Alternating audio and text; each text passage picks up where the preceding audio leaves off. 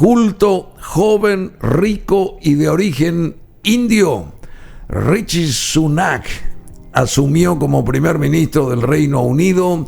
Ni Gandhi lo hubiera soñado. Se lo ve acá en las redes sociales con su esposa, Akshata Murthy, también de la India, o sea, de origen hindú, cuya fortuna se estima que asciende a 850 millones de euros, el doble del dinero que lo tiene el rey Carlos III de Gran Bretaña. Estamos con el duque de Areguá, Mario Luis Peña Ferrario. ¿Cómo te va? Buen día, gracias por estar acá. ¿Cuál es tu opinión de esto? ¿Qué tal, Bruno? ¿Qué tal, Bruno? ¿Qué tal, Kevin? Y un saludo a la audiencia. Del nuevo primer ministro británico, a ver. Bueno, el nuevo primer ministro británico es un... ¿Es un qué? Es un personaje, digamos, es un inglés de origen indio, practica el hinduismo, no practica la religión luterana. Este es el karma de la colonización inglesa durante siglos en la India. ¿Por qué? Y porque sí, porque ahora van a estar manejados por un indio, no por un inglés, ¿verdad? Es lo mismo que el alcalde de Londres es de origen pakistaní, ¿verdad? El imperio está totalmente degregado. Pero el embajador acá también es de Persia. Y bueno, entonces de origen persa. Te podés imaginar que de Inglaterra solamente queda Carlos y Camila. ¿Ah, sí? Y sí, porque el resto son todos hijos de inmigrantes. Y vos decís que, ya que tocaste lo de Carlos III, va a mantenerse en pie, digamos, toda esa unidad de la Commonwealth con este reinado nuevo presidido por el hijo de Isabel II. Bueno, Inglaterra tiene muchos problemas internos en este momento, así que el Commonwealth puede ser descuidado porque los problemas internos de Inglaterra son grandes y puntuales, en lo cual hay que tomar medidas ya en forma inmediata porque están con una inflación galopante. La libra se devaluó ya casi 12%, más de 12%. La libra esterlina se devaluó 12%. Ah, sí, ellos sí. salieron de la Comunidad Económica Europea. El sistema financiero internacional está muy golpeado. ¿Para bien o para mal salieron? Y yo creo que para mal, ¿verdad? No para bien. ¿Ah, sí? Sí, yo creo que para mal, ¿verdad? Porque ellos tenían una serie de ventajas cuando estaban dentro de la Comunidad Económica Europea. ¿Cómo ¿verdad? qué tipo de ventajas? Y la ventaja, el tema de la migración de verdad de europeos, tanto de ingleses como a otros países de Europa, tanto como los europeos a Inglaterra, ¿verdad? Sobre todo en materia laboral, ¿verdad? Ahora no tienen que pedir permiso para trabajar, en fin, una serie de cosas, ¿verdad? Y ellos están, digamos, Inglaterra está pasando por una coyuntura política y económica muy, muy difícil. Y Rishi Sunak. Bueno, Rishi Sunak es el yerno de uno de tiene 42 años. Sí, es el yerno de uno de los hombres más ricos de la India. El suegro de él tiene una empresa que se llama Infosys, que es una empresa digital. Infosys, sí. Una empresa digital muy grande, no solamente en China, en India, sino a nivel mundial, ¿verdad? Está en más de 50 países. Ellos son desarrolladores de software, de ciberseguridad, una empresa gigantesca. ¿Qué son? Desarrolladores de software. Desarrolladores. De software y de todo lo que sea networking y digital, que son todo lo que sea e-commerce, ciberseguridad. E-commerce. Sí, y justamente 900 millones de, creo que euros, son los que pertenecen al dueño en sí de esa corporación. Seguramente, yo creo que un poquito más inclusive, ¿verdad? Puede ser, una empresa que factura ser. alrededor de 4.000 millones de dólares al año más o menos. Qué bárbaro. Tiene 220.000 empleados en el mundo. ¿Cuánto? 220.000 empleados. Así Está en 50 países. Infosys. Sí. En Latinoamérica, una de sus países. Principales bases es México, por ejemplo. ¿Así? Ellos desarrollan tecnología digital para la industria automotriz. Bueno, y Rishi Sunak se casó con Akshata Murthy, la hija de este multimillonario que se llama Narayana Murthy, fundador de Infosys. Se casaron en agosto del 2009. Murthy posee una participación del 0.91% en Infosys, valorada en unos 900 millones de dólares, o sea que 746 millones de libras esterlinas, en abril del 2022, lo que la convierte a esta señora Akshata Murthy en una de las mujeres más ricas de Gran Bretaña. Murthy también posee acciones en dos de los negocios, en dos restaurantes grandes, cadenas de restaurantes, Jamie Oliver Wendy's en la India, Coro Kids y Digme Fitness.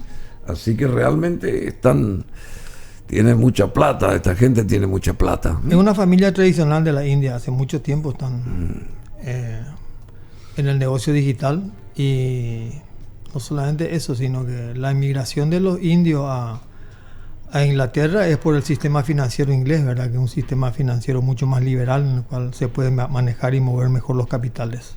Y él es la base de su economía. Y él es el nuevo líder conservador. Rishi Sunak visitó también a Carlos III. Fue recibido el martes. Ahí está la imagen del rey de Inglaterra, de Gran Bretaña, Carlos III, que recibe al nuevo primer ministro británico de origen indio, Rishi Sunak.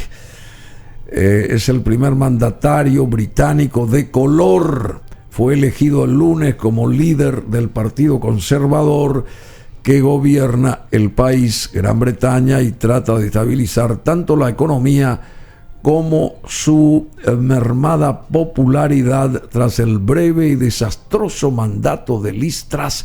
¿Qué le pasó a esta señora? No, Liz Truss no pudo reunir los votos de los conservadores y duró muy poco tiempo. 45 días, pero ¿qué le pasó? Y la política que implantó, por lo visto, no estaban de acuerdo con sus ministros. Le renunciaron 2 ministros en forma inmediata y automáticamente el Parlamento le quitó la confianza y tuvo que dimitir, ¿verdad? Así de sencillo, porque tomó también en una situación crítica las riendas del país en ese momento, ¿verdad? Este muchacho es un ex banquero, especialista en finanzas, lo cual también es uno de los motivos por el cual seguramente también lo eligieron, porque acá hay que redireccionar todo el sistema financiero de vuelta y ver cómo Inglaterra sale de la crisis. ¿Y cómo se hace eso? Y en pocas palabras, no va a ser muy fácil, porque hay una dicotomía ahí, que es la suba de tasa de interés para bajar la inflación, y al subir la tasa de interés merma la capacidad de crédito de la gente, merma la capacidad de pago también de la gente, merma la capacidad de consumo, lo cual hace que entre en una espiral de recesión el país y crea una serie de problemas, empezando por la falta de trabajo y el desempleo que ocasiona la recesión, ¿verdad? Entonces acá están entre tratar de mantener la tasa de interés a un cierto nivel, ¿verdad? Y en el peor de los casos volver a emitir dinero para que haya plata en la calle, para que la gente pueda solucionar sus problemas, ¿verdad? Entra el invierno. Sí. Claro, entra el invierno, y al entrar el invierno también van a subir todas las cuentas de gas y hay que emitir billetes. Entonces. Hay que emitir billetes para que ellos lo que hicieron ahora es quitar la de circulación del dinero con el encarecimiento del crédito. Entonces de esa manera baja el consumo, y al bajar el consumo tratan de estabilizar la inflación. Bueno, o sea que la inflación está en todo el mundo, entonces. La inflación es mundial, a excepción del Paraguay y otros países latinoamericanos. A excepción de Paraguay. Y otros países latinoamericanos como Brasil, por ejemplo, tuvo deflación el mes pasado. Así, claro, de eso decíamos. Sí. Bolivia también es un país que está bastante controlado. Cosa que no ocurre con Chile, por ejemplo, que no puede parar todavía su sistema inflacionario también. No puede parar. Todavía no lo puede, digamos, normalizar. Renunció el viceministro de culto Fernando Griffith, ¿sabías? No, realmente que yo no sabía que había cultura en este país. ¿Cómo? ¿Vos no sabías que había cultura? No sabía que había cultura. Sí. Es un hallazgo. Es un descubrimiento para mí. Un descubrimiento. Lo que me acaba de decir, un descubrimiento. Bueno, renunció Fernando Griffith y fue confirmado esto ayer lunes por el Ministerio de Educación y Ciencias. Hasta el momento no se dieron a conocer detalles del motivo por el que renunció Fernando Griffith, quien ocupaba el cargo de ministro de Cultura durante el gobierno de Horacio Cartes. La dimisión del viceministro se da tras algunos replanteamientos que este realizó al plan de transformación educativa que fue impulsado por el MEC. El funcionario había señalado que se requería de mayor diálogo con los distintos sectores para la implementación del cuestionado proyecto.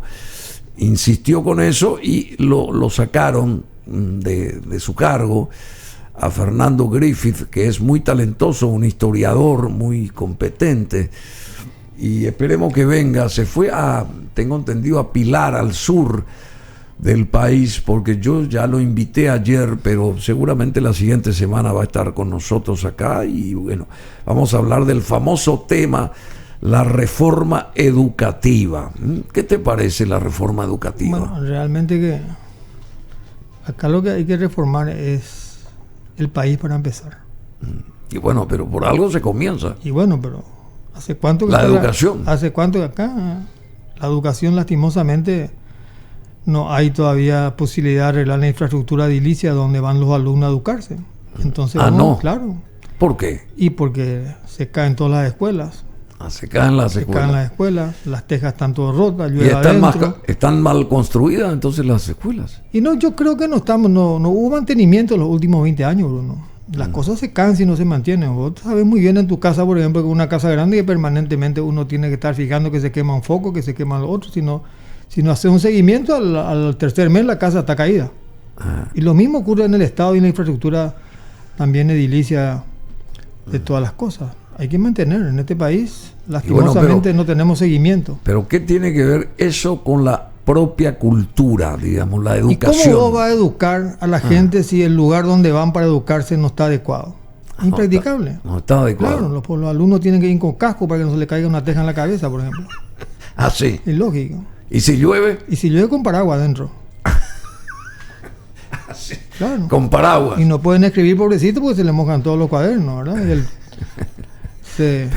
Pero ahora se usa la computadora. Tampoco pero vamos a empezar primero para que puedan escribir con lápiz, ¿verdad? Y que puedan escribir tranquilo, y que puedan cubrirse de una lluvia, de un viento, ¿verdad? Del sol, ¿verdad? Vamos a empezar por ahí primero y después vamos a comprarle el lápiz y el cuaderno, porque si no, no hay ninguna posibilidad. Acordate que acá en verano hace 35 grados la temperatura media, pobrecita, y dan clases debajo de los árboles en algunas partes de este país todavía.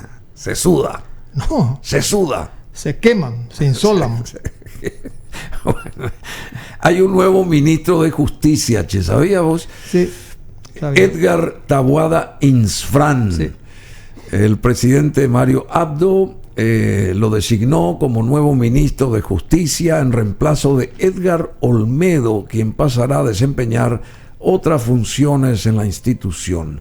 Por decreto 8064, el presidente Mario Abdo Benítez nombró a Edgar Taboada, Edgar también se llama, Edgar Taboada Insfrán, como nuevo titular del Ministerio de Justicia, quedando en reemplazo de Edgar Olmedo, quien ahora desempeñará nuevas funciones en la institución. Si bien este nombramiento ya se dio el lunes, el Poder Ejecutivo dio a conocer recién hoy martes el nuevo cambio que se suma a los últimos realizados en pleno periodo electoral. El ahora exministro y precandidato a diputado por el sector oficialista, Edgar Olmedo, fue bastante cuestionado al frente de la cartera de Estado debido a las últimas fugas registradas en distintas cárceles del país.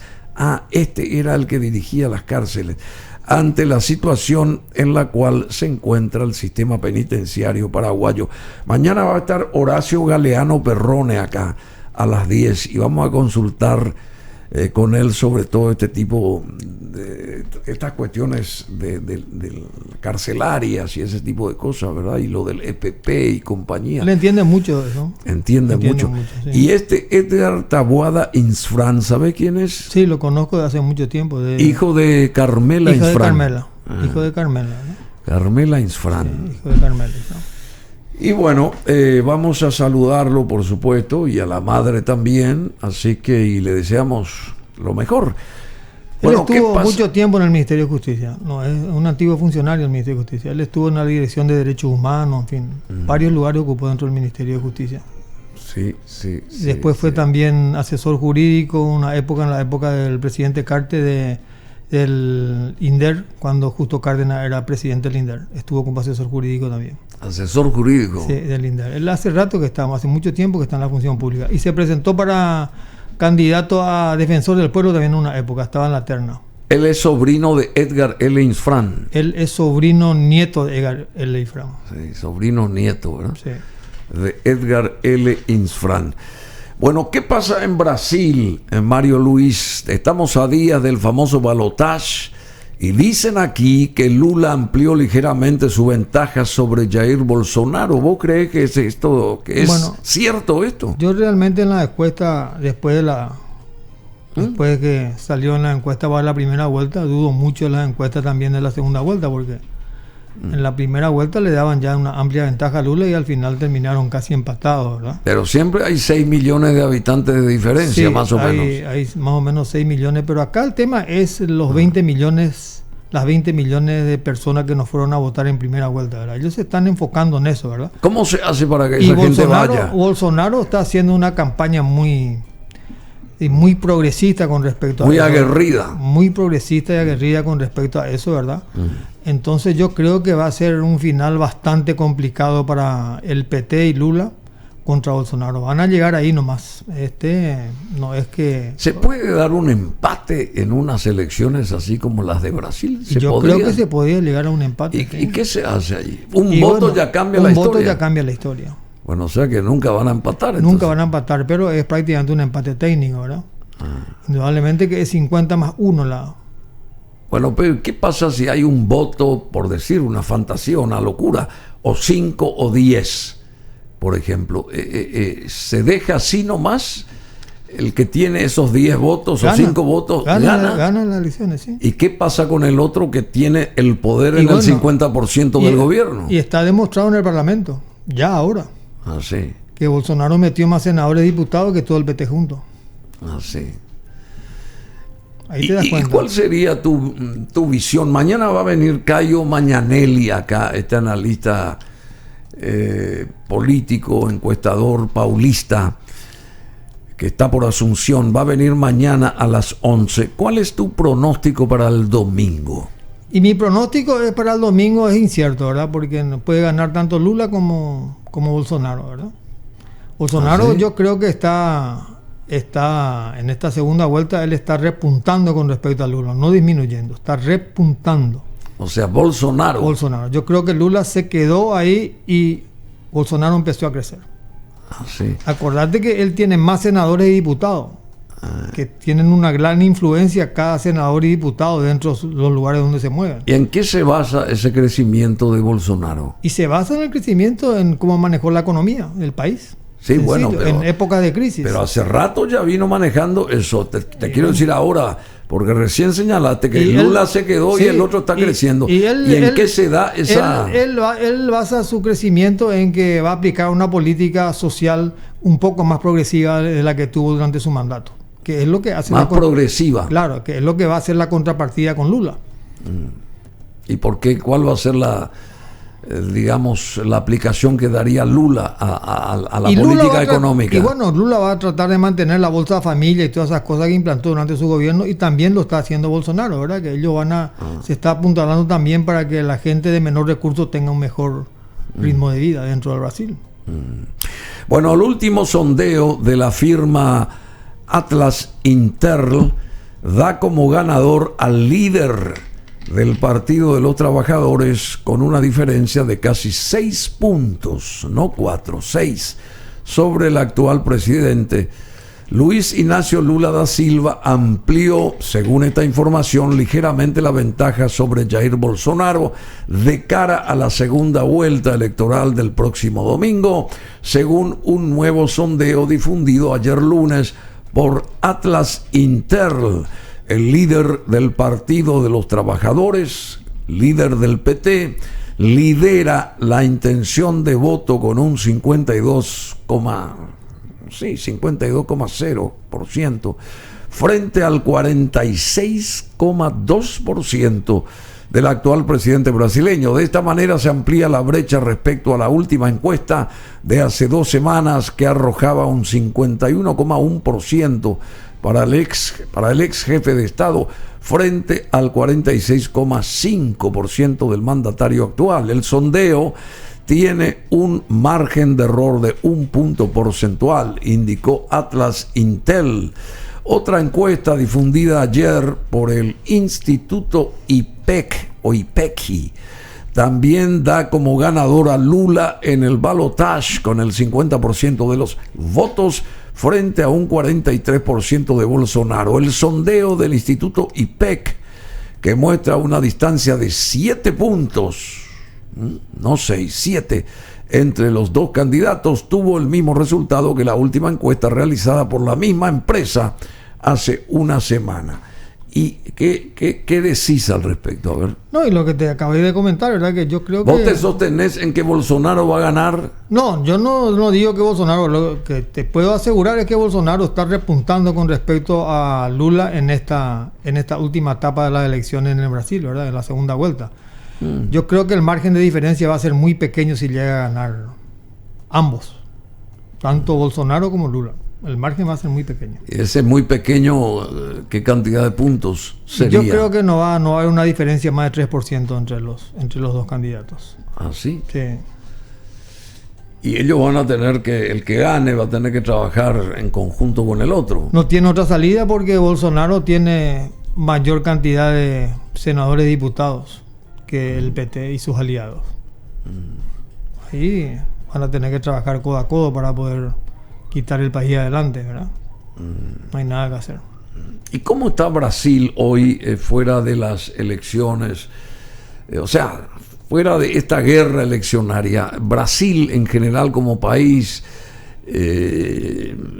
como potencia del mundo, porque Brasil es una potencia económica del mundo, ¿verdad? Sí. Tiene 220 millones de personas y es el país seguramente más fuerte de América después de Estados Unidos.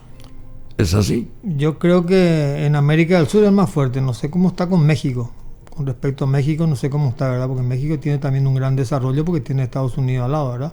Pero Brasil, indudablemente, que en los últimos 3 años, a pesar de la pandemia y todo eso, tuvieron un crecimiento y pudieron mantener su economía. Tanto es así que es el único país prácticamente de Sudamérica con una inflación muy controlada.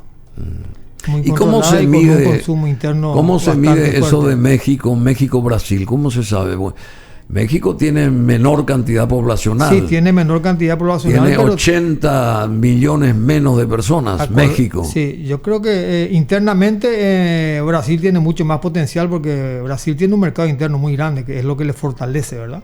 Generalmente la industria brasilera no tiene tanto interés en exportar sus productos porque lo vende todo adentro, ¿verdad? Y a veces es más conveniente vender internamente que exportar, ¿verdad? A excepción de los commodities, ¿verdad? Pero la industria brasilera tiene un desarrollo interno gigantesco. ¿Y a nosotros qué nos convendría? A ver, ¿qué nos convendría? A nosotros lo que nos convendría es tener buenos negociadores para poder entrar con más fuerza en el mercado brasilero. Eso es lo que nos conviene a nosotros, que la gente se... ¿Nos convendría que gane Bolsonaro o que gane Lula? Bueno, realmente que Lula es un poco más aperturista que Bolsonaro, ¿verdad? Pero depende mucho también de los negociadores paraguayos, que nosotros no tenemos práctica en negociación. Siempre hemos sido muy tímidos y muy flojos en las negociaciones con los vecinos. Muy laxos. Sí. Cosa que no ocurría durante la época del dictador Stroessner, como dirían los periodistas. No. Del dictador Stroessner. Sí. ¿Por qué enfatizar lo de dictador Stroessner? Y porque así pues dicen los ¿Quiénes? Los periodistas acá en el Paraguay, los periodistas de la democracia, el dictador Stroessner. Y dictador. también los políticos también dicen todos. Dictador Stroessner. ¿Y Stroessner fue dictador o no? No sé, fue el dictador más benévolo de América. ¿Ah, sí? Sí. Bueno, pero vos Realmente que vos tuviste un acercamiento a cierta parte de la familia. Sí, bueno, acercamiento familiar, ¿verdad? Nada, y bueno, nada, por eso. Nada que ver con político. Tenía una relación familiar con Por ellos. eso está sosteniendo que fue no. el más benévolo de todos. No, yo estoy mirando desde el punto de vista histórico, porque yo viví la época de Stroessner, ¿verdad? Sí. Y como dice Hegel, la historia real es la historia contada por los contemporáneos, por lo que vivieron en esa época, porque si no, después la historia se distorsiona. Se distorsiona.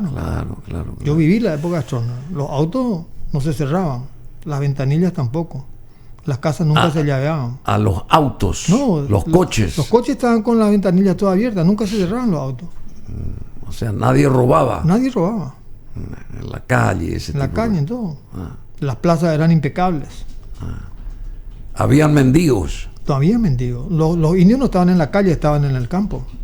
Así. Ahora están en la calle, acá en la calle Palma, en la calle Mariscal López, en el Shopping del Sol, Shopping Mariscal López. Están todos ahí los indios. ¿Y vos querrías volver a dormir con las ventanas abiertas? Pero ¿quién no quiere dormir con la ventana abierta en un país donde la temperatura media es 30 grados?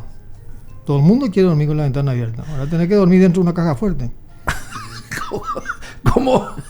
Y tenés que dormir dentro de una caja fuerte. Dentro de una caja fuerte. Tener la combinación adentro, ¿verdad? No afuera. Porque los mismos te pueden abrir después la caja fuerte. A la combinación adentro de la caja. Entonces vos solamente podés abrir la combinación cuando estás adentro. ¿Cuándo te despertás? Claro, lógico. Si no te asás allá adentro. Lógico. A no ser que instales un aire Y acondicionado. tenés que estacionar. Vos pensás por qué el consumo de energía eléctrica en el país creció tanto.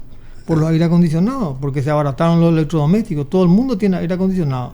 Nadie puede trabajar en este país si no tiene un aire acondicionado. Imagínate vos que una persona, un trabajador, sale de su oficina o de su trabajo a las 5:30, 6 de la tarde, ¿verdad? Y llega a su casa con 40 grados de calor, ¿verdad? Tiene que comer y tiene que dormir para el otro día levantarse a las 4 de la mañana para poder tomar el colectivo, ¿verdad? Si es que viene, ¿verdad? Si es que viene el colectivo. Si no llueve. No, si no llueve, si es que viene, ¿verdad? Entonces el tipo necesita dormir por lo menos 4 o 5 horas para poder rendir en su trabajo. Entonces todo el mundo compra aire acondicionado. Porque los electrodomésticos se han abaratado brutalmente, ¿verdad? Por eso que tenemos un gran consumo de energía eléctrica. El crecimiento doméstico en el Paraguay es prácticamente casi el 10% anual. Por eso que en el 2030 y pico vamos a quedarnos ya sin energía. Así, che. Claro. Y hablando de ese tema que vos lo manejás muy bien, ¿cómo está la posición paraguaya versus, digamos, lo que dice Brasil con relación a Itaipú? Y la posición paraguaya está en este momento en la campaña política. No saben ellos que tenemos Itaipú. Los políticos paraguayos desconocen. Ellos solamente tenemos Itaipú para que vayan y cobren los sueldos. ¿Ah, sí? Pero ellos no le dan ninguna importancia. Ahora están dedicados 100% al tema político. El país se sumergió en un proyecto político, no en un proyecto de Estado, hace tiempo ya. No en un proyecto de Estado. Claro, en un proyecto, solamente proyectos políticos hay acá, no hay proyecto de Estado. Por eso que la reforma educativa no sale, por eso que no sale el tren de la cercanía, por eso que no sale el desagüe pluvial, por eso que no sale el agua del tema corriente en la zona del Alto Paraná. ¿Qué más querés? Por eso que nunca pudieron volver a hacer una presa hidroeléctrica. Nunca se pudo hacer, aparte de la que tenemos, jamás. Los proyectos de Corpo y Itacurá quedaron todos en la nada. Pasaron 33 años. Quedaron en la nada. Tampoco están desarrollando energía alternativa como energía solar, por ejemplo. No hay. ¿Y qué hay que hacer entonces? Y los políticos tienen que tomar conciencia que ellos están para que el país se ordene, para que el país vaya adelante, no para que ellos vayan adelante. Ellos Claro, ese es el vayan problema. adelante. Ellos lo único que hacen es tratar de mantenerse en el poder y quitar alguna ventaja de lo que tienen. Sí. Esa es la realidad. En 30 años estamos así, por eso que no hay reforma educativa, por eso que las escuelas se caen todos, por eso que los hospitales no funcionan. Esa es la realidad. ¿Y qué va a pasar con Itaipú? ¿Qué va a pasar con Y con Yacyretá? ¿Qué va a pasar no va a con...? pasar absolutamente nada con Itaipú, como lo dije hace años ya en el programa ese de La Nación Habla, cuando vos me preguntaste a mí En Gen. qué va a pasar con Itaipú, y no va a pasar absolutamente nada. Si nosotros no industrializamos nuestra energía, estamos liquidados. Que se olviden los políticos paraguayos de que ellos van a rentar con la energía sobrante de Itaipú dentro del mercado brasilero libre. Que se olviden de eso. Ellos lo que quieren es rentar, vender el excedente energético en el mercado libre brasilero y recaudar 1.200, 1.300 millones de dólares y venir a despilfarrar ese dinero acá entre ellos, ¿verdad? Esa es la realidad. Eso es lo que ellos quieren. Claro, los gastos sociales de Itaipú. ¿Dónde están reflejados los gastos sociales de Itaipú? ¿Me querés explicar dónde están reflejados? ¿Dónde se publicaron? No, ¿qué quedaron de los gastos sociales de Itaipú? Te pregunto. Claro. Hacían festivales de música, me acuerdo de una época. Una empresa hidroeléctrica que genera energía, no tiene por qué hacer festivales de música. Una cosa de loco. Tiene que construir ciudades, caminos. Tiene que construir el sistema eléctrico paraguayo. El sistema eléctrico. Claro, fortalecer el sistema eléctrico. Lograron algunas cosas, pero hasta hoy en día estamos todavía en pañales en materia de distribución. ¿Qué hacemos con la ANDE?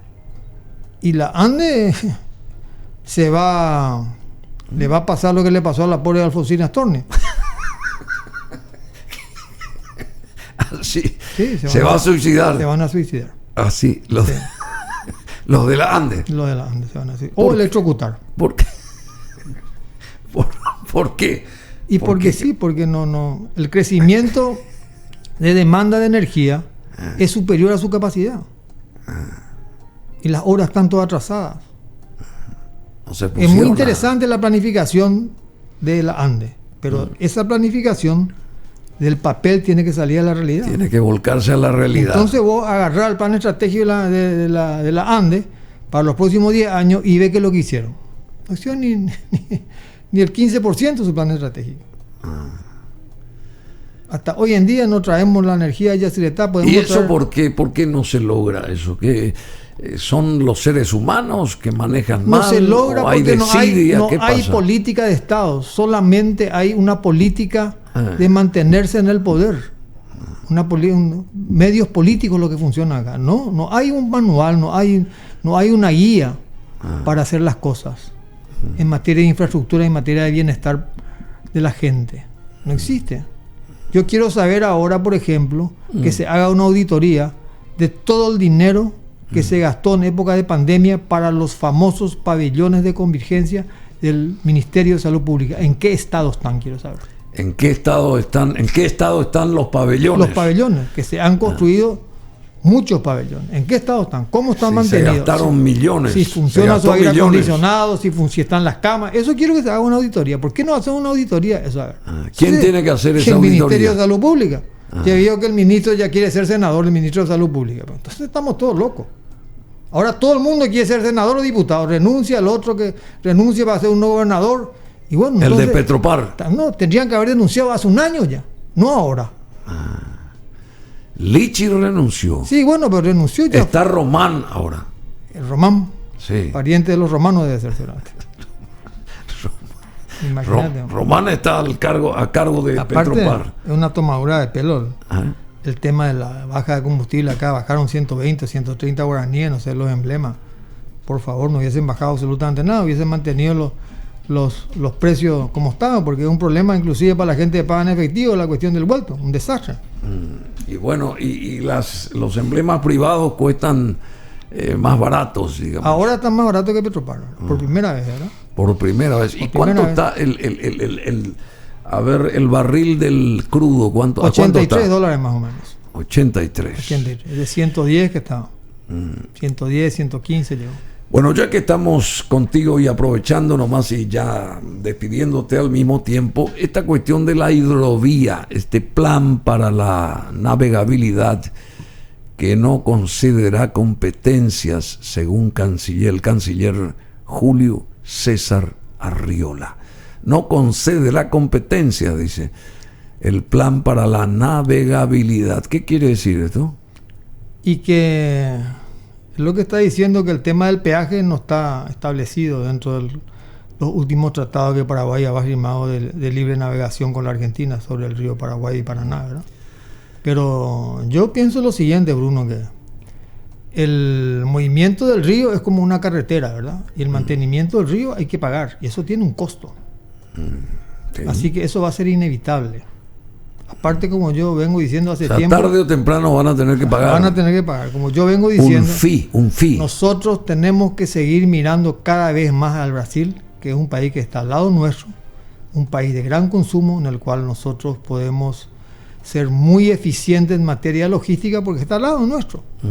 Entonces hay que tratar de venderle lo que más se pueda al Brasil, ¿verdad? Porque siempre vamos a tener problemas con el tema de los ríos, porque hacer navegable el río Paraguay y el río Paraná en un 100% en los últimos 4 o 5 años es muy difícil, a no ser que se haga un mantenimiento, un dragado, eso cuesta dinero. Permanente. Y los que transitan son los buques, y hay que pagar. Es la misma cosa que una carretera, que vos te vas, por ejemplo, a Tapeporá y en ese camino que está concesionado en Ciudad del Este, vos pagás el peaje, lo mismo que en la ruta 2, ahora que está concesionado, vos pagás el peaje, tenés una ruta impecable, tenés de todo, entonces eso cuesta. Acá siempre nosotros queremos las cosas gratis. No se puede. No se puede. Es impracticable. Eso tiene un costo. Y los argentinos van a cobrarnos el peaje, por más que chillemos acá 200.000 veces. Ellos van a cobrar. Aparte, acordate que la mayor flota fluvial de América la tenemos nosotros, no tienen los argentinos. Entonces más todavía, dicen, nosotros no tenemos ni barcos. Toda La mayoría de las barcazas que vienen acá y desembarcan que cruzan los ríos. Cruzan los ríos, van en la zona de Rosario y todas esas cosas, hacen transbordo, que van inclusive hasta algunas hasta Nueva Palmira, hasta el Uruguay van, ¿verdad? Sí. Son paraguayas. Son todas con banderas paraguayas. Nosotros las embarcaciones. No tenemos ni el 10%, entonces con más razón. Nosotros estamos haciendo transitable el río para que un país vecino utilice prácticamente el 90% del transporte del río. Entonces, indudablemente que ellos van a querer cobrar, Bruno. Y Juan Carlos Muñoz, que fue tu compañero. Sí, mi compañero de colegio. Bueno, él defiende... ¿Vos tenés que hablar entonces con él? No, yo no tengo que hablar con nadie. Yo te estoy contando en forma racional lo que pensarán los argentinos sobre nosotros, ¿verdad? Y lo que pensará el canciller y lo que pensará el presidente Aníbal Fernández, ¿verdad? Porque ellos ellos están haciendo el dragado con una empresa estatal argentina de puertos y no sé cuánto se llama la empresa que va a hacer el dragado, y eso tiene un costo y se va a tener que pagar, no hay nada que hacer. Bueno, el ministro de Relaciones Exteriores de nuestro país, Julio César Arriola, aseguró que el plan maestro para la navegabilidad del río Paraguay en el marco de la hidrovía no cederá competencias nacionales sobre el tramo de jurisdicción nacional del río Paraguay. El canciller explicó el alcance del proyecto durante una audiencia pública realizada ayer lunes en el Congreso Nacional. La reunión fue convocada por la Comisión de Energía, Recursos Naturales, Población, Ambiente, Producción y Desarrollo Sostenible de la Cámara de Senadores. Julio César Arriola, canciller paraguayo, aseguró que el principal objetivo del proyecto es realizar estudios para elaborar el plan maestro a partir de la formulación, evaluación, comparación y selección de las alternativas económicas o económicamente viables, ambientalmente sostenibles y técnicamente sólidas. El canciller señaló que el proyecto abarca un tramo de jurisdicción nacional de 542 kilómetros del río Paraguay, desde su confluencia con el río Apa hasta su confluencia con el río Pilcomayo. Yo estoy de acuerdo con esto, pero eso está dentro del territorio paraguayo. Y fuera del territorio de Paraguay no tenemos nada que hacer nosotros ahí. Claro, pero qué sencillo. Por supuesto que dentro de Paraguay ellos manejan a sus anchas. Y lo mismo va a ocurrir con la Argentina. Ellos van a manejar a sus anchas. Ellos tienen derecho de cobrarnos, no hay nada que hacer. Nosotros necesitamos saber qué va a pasar con las embarcaciones paraguayas cruzando a territorio argentino. Así mismo. Eso es lo que queremos saber. Así mismo. ¿Se va a pagar? ¿No se va a pagar? Se va a pagar. Se va a pagar porque en el momento que ellos implanten el peaje vamos a tener que pagar, no hay nada que hacer. ¿Y el Mercosur dónde queda, Chaca? Y bueno, el Mercosur, nada, como siempre digo, ¿verdad? Un Mercosur no funciona, Bruno. No funciona. Nunca funcionó el Mercosur. Porque esto tendría que trabajarse a través del Mercosur. Lógico, todo tendría que estar dentro del plan del Mercosur, pero el Mercosur está muy dejado de lado porque los países se centralizan en sus problemas internos. Claro, el principal problema, tanto la Argentina como el Brasil dejaron de lado el Mercosur. Dejaron totalmente de lado. Brasil no le interesa al Mercosur. Brasil tiene su propio mercado, un mercado interno gigantesco. El Mercosur no cuenta para ellos. El Mercosur es una bola terapia. ¿Y qué hacemos nosotros entonces en el Mercosur? Tenemos que hacer dos cosas: industrializar nuestra energía y ser competitivos y vender todo lo que podemos al Brasil. Eso tiene que hacer el Paraguay, que está al lado. Que consume todo lo que nosotros producimos, ¿verdad? Este nuevo puente, o los dos nuevos que se están terminando ya con el Brasil, ¿van a beneficiar a quién? ¿A Brasil o a nosotros? No, Brasil hizo el otro puente, ¿por qué? Porque Brasil necesita también de nosotros. Brasil lo hizo en todos los aspectos, necesita. En materia de commodity, en un momento Brasil compra todo el arroz que producimos, en un momento Brasil compra el 80% del maíz que producimos. Entonces para ellos es estratégico, ponerte que ellos tengan una mala cosecha, y bueno, es fundamental para ellos que el tránsito sea fluido y puedan llegar las materias primas a sus centros de desarrollo. A través del río. A través del puente, cruzando el río. Sí, ya sé. Por eso te digo, eso, la logística abarata muchísimo. Y bueno, entonces tenemos que mirar más al Brasil. Claro, Brasil no es que nos dio el puente porque nosotros somos buenos y nos quieren demasiado. Eso tiene una función estratégica. Si no, el puente no hubiese existido. Sencillo. Bueno, para acrecentar la población de Brasiguayo puede ser. No, si ellos no tienen, nosotros el puente ese está hecho para que el comercio sea mucho más fluido entre Paraguay y Brasil. Para eso está hecho. Ellos están mirando ya el futuro, Bruno. Brasil es un país que hizo una ciudad de cero, que era Brasil. Brasilia. En la década del 60 te estoy hablando. Entonces ya no. En 4 años. En 4 años, bueno. ¿Y nosotros qué estamos mirando? Bueno, y porque Brasil ya vive ya en la sociedad del conocimiento, Bruno. Nosotros estamos todavía en la sociedad paleontelítica. Y te están hablando de transformación educativa. No podemos tener colegios donde la gente pueda sentarse en un pupitre, escribir en el pizarrón y escribir en un cuaderno cuando llueve. O en una computadora. No, ya no hablemos de computadoras, se van a electrocutar los niños cuando llueve con una computadora. Se van a electrocutar. Claro. Bueno, Mario Luis Peña Ferrario, muchísimas gracias. Siempre nos renovás aquí, nos actualizás. Y es interesante todo esto. O sea que nosotros, Paraguay, mira hacia dónde ahora. Y Paraguay está ciego, no mira hacia un lado, mira internamente a la política, acá a Guazú, se van ahí a hablar que vamos a estar mejor, el otro a toda máquina, el otro Nueva República, y no sé a dónde vamos a llegar, no entiendo. ¿Vamos a estar mejor en qué? El otro a toda máquina, vamos a chocar contra una pared con la máquina. El otro Nueva República, como dijo y el presidente Alberto el que tiene Campos López Moreno. El presidente vive presidente tiene que generalizar toda la cosa. Salió de la galaxia, está en otra galaxia ya. Emigró de la Vía Láctea. Está en otra galaxia. Vive en otra galaxia totalmente. En otra galaxia. En otra galaxia. El presidente y todo el gabinete. Y también yo creo que el estamento político paraguayo vive en otro planeta. No vive en el planeta Tierra. Sí, porque lo que ellos dicen es maravilloso. Pero sucede en otro lado, no sucede acá. ¿Entendés? Las políticas de Estado no hay política de Estado que se realice en forma inmediata. Uno puede estar cambiando un ministro cada año, por ejemplo. Impracticable eso. Distorsiona toda la función pública, separa todo. Es impracticable, lastimosamente, y vamos a seguir por un tiempo todavía así, ¿verdad? Hasta que llegue la nueva generación y van a cambiar este país. ¿Cuándo va a ser eso? Y cuando venga la revolución de los jóvenes. La revolución de los jóvenes. Claro, cuando se harten los jóvenes, así como sucedió con Odesur, que todo el mundo acudió a las canchas, a los estadios para ver los diferentes tipos de deportes que se realizaron. Así va a ocurrir cuando la juventud se despierte y vayan a las urnas a votar por un cambio real.